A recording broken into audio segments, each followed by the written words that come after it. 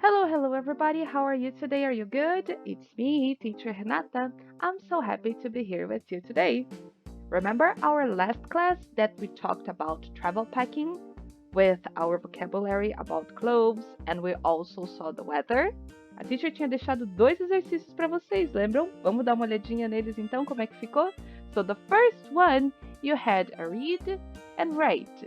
Então, vocês tinham 2 malas e cada uma das malas estava com uma temperatura diferente, com um kind of weather diferente.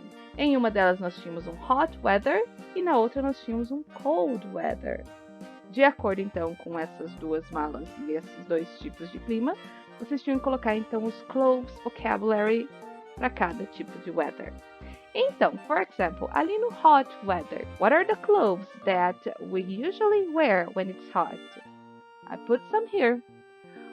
We wear shorts, t-shirt, flip-flops, swimsuit, dress, skirt. O que vocês colocaram aí? Colocaram parecido com isso? Now let's take a look at the cold weather. What do we usually wear when it's cold? So I put it here. Jacket, sneakers, jeans, hat. Lógico que nesse caso as respostas podem variar. Of course that I can wear sneakers when it's hot. And I can wear a t-shirt when it's cold. Then I wear a t-shirt and a jacket, right?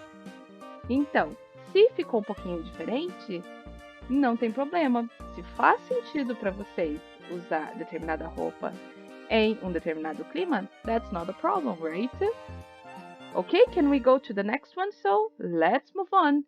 No outro exercício, vocês iam me contar o que vocês estavam vestindo no dia, right? So, what are you wearing today? Então, olha só, eu utilizei um exemplo aqui. Peguei uma fotinho da Emily. Me digam, guys, what is she wearing today? So, today I'm wearing jeans, sneakers, and a t-shirt.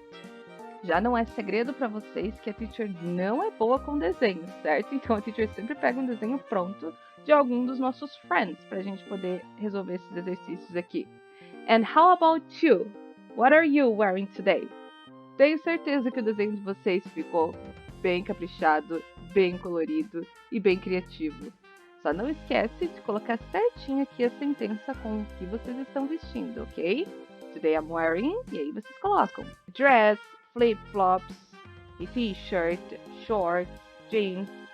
Anyway, tell me guys, did you enjoy our topic about clothes and weather?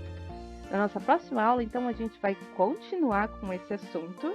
E nós também vamos ver um pouquinho mais sobre vacation. Já que estamos chegando perto das férias, vamos falar sobre elas.